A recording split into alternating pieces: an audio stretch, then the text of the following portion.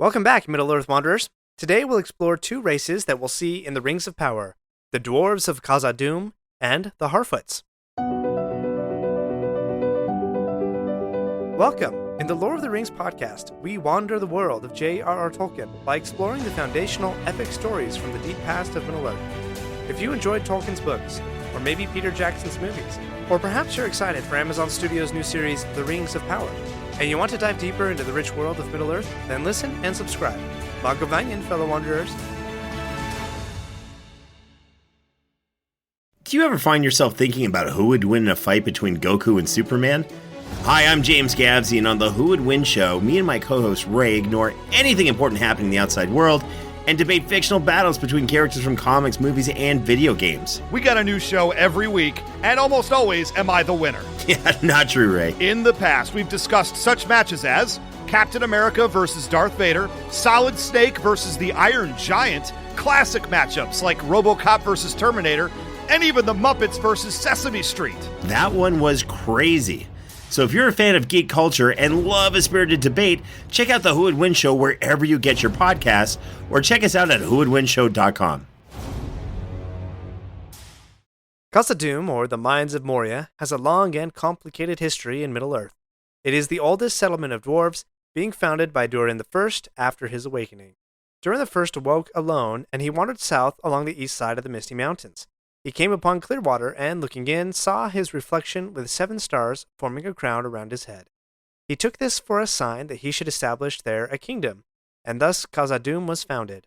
In the Fellowship, Gimli takes Frodo and Sam aside on the east entrance to Moria to show them the clear lake, where Durin first looked in and saw the crown of stars. You're likely familiar with the Moria of the Third Age, which is a dark, deserted mine inhabited by orcs, trolls, and Durin's Bane, a Balrog of Morgoth. However, in the Second Age, the setting for the Rings of Power, Khazad-dum was in its golden age, or rather its mithril age, as the precious and miraculous metal was found only in Khazad-dum. Mithril was used as the key ingredient to make the markings on the doors on the west entrance to Khazad-dum. That is the beautiful image that you'll see in the chapter A Journey in the Dark when the Fellowship is trying to get into Moria. Near the top of that image is a crown surrounded by 7 stars, and when Gimli sees this, he excitedly proclaims, "There are the emblems of Durin." Durin I also has more than a page-length poem dedicated to him, which Gimli shares with the Fellowship in the chapter A Journey in the Dark. Here is the first stanza. The world was young, the mountains green, no stain yet on the moon was seen, no words were laid on stream or stone, when Durin woke and walked alone. He named the nameless hills and dells, he drank from yet untasted wells. He stooped and looked in Mirror, and saw a crown of stars appear, as gems above a silver thread, above the shadow of his head. Why all this emphasis on Durin? Because the dwarves believed that every few generations, when their people were in dire need, Durin would reincarnate as one of their leaders, and would be named Durin with a subsequent number. In Appendix A of Return of the King, you'll find a family line for Thorin Oakenshield, the chief of the dwarves who reclaimed the Lonely Mountain from Smaug with the help of Bilbo. At the top is Durin the Deathless, from the First Age, and then a small dash to represent a few thousand years to Durin the Sixth in the Third Age. So somewhere in those 8 or 9,000 years were Durin the Second, Third, Fourth, and Fifth. The Rings of Power series has 2 Durins, the Third and the Fourth. Now, true Tolkien nerds are skeptical of having 2 concurrent Durins. However, the mightiest of the 7 Rings of Power given to the dwarves would be given to Durin the Third by the elf Celebrimbor. In the Second Age, many of the Noldorin elves who remained in Middle-earth settled in the region called Eregion, principal among them being Galadriel and Celeborn. Because the Noldor had learned from the Vala Aule, who had also created the dwarves, there was a friendship between the elves of Eregion and the dwarves of Khazad-dum.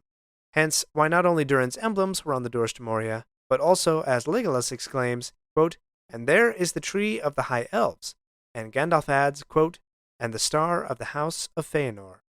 So Moria represents the closest alliance between elves and dwarves that ever existed in Middle-earth. Alright, let's switch gears now and take a look at the Harfoots, or Harfeet? Man, we'll be debating that one for a while.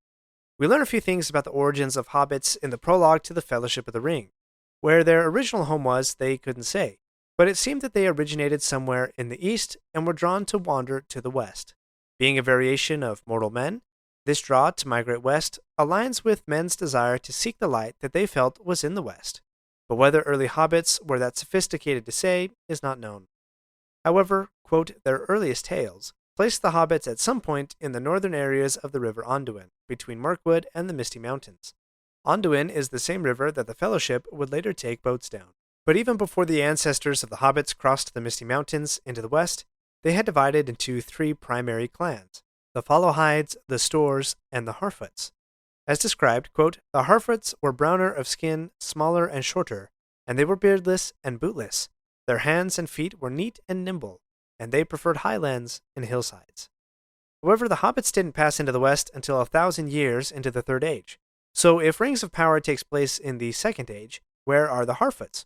It's possible that we'll see them wandering on the east and south of the Forest of Mirkwood, and north of Mordor, which in the Second Age are lands mostly controlled by Sauron, and at the height of his power in that age.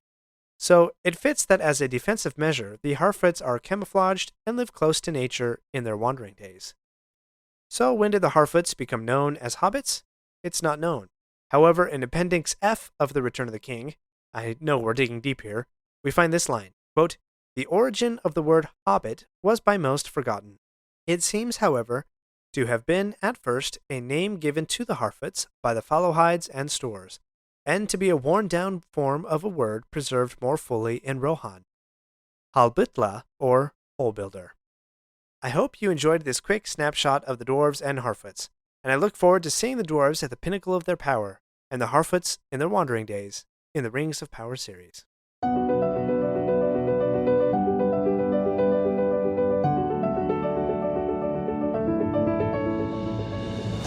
My friends, if you enjoyed this episode, let me know by subscribing, leaving a review, and sharing with your friends. Follow me on Facebook or Instagram at Lore of the Rings Podcast. For feedback on the show, please email me using the link in the show notes. Until next Thursday, remember, not all those who wander are lost.